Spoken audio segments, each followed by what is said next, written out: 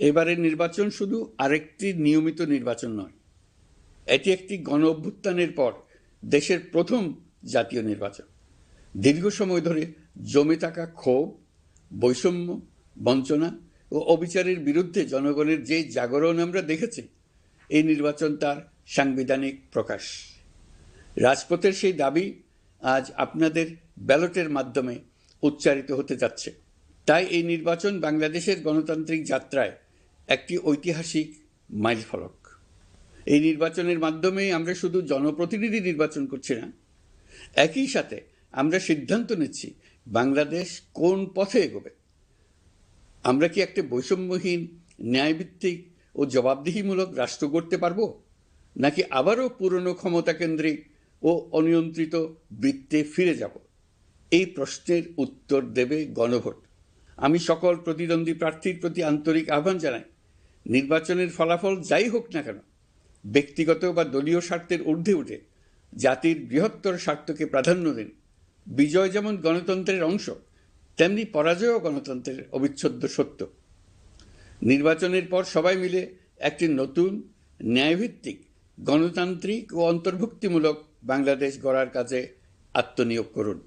প্রিয় দেশবাসী, আজ আমি বিশেষভাবে কথা বলতে চাই আমাদের তরুণ ভোটার ও নারী ভোটারদের সঙ্গে।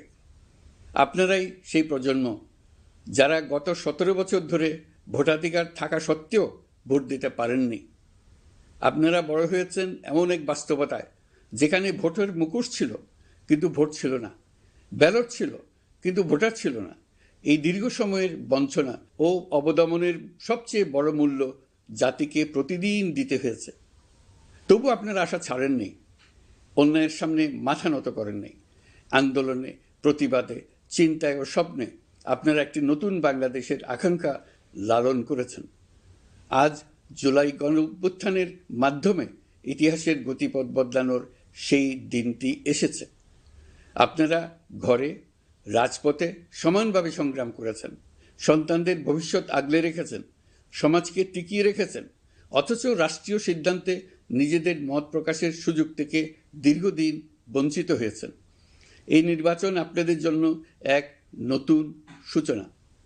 আর আমাদের তরুণরা, যাদের স্বপ্ন, মেধা ও শক্তি আগামী বাংলাদেশের ভিত্তি, এই ভোট আপনাদের প্রথম সত্যিকারের রাজনৈতিক উচ্চারণ।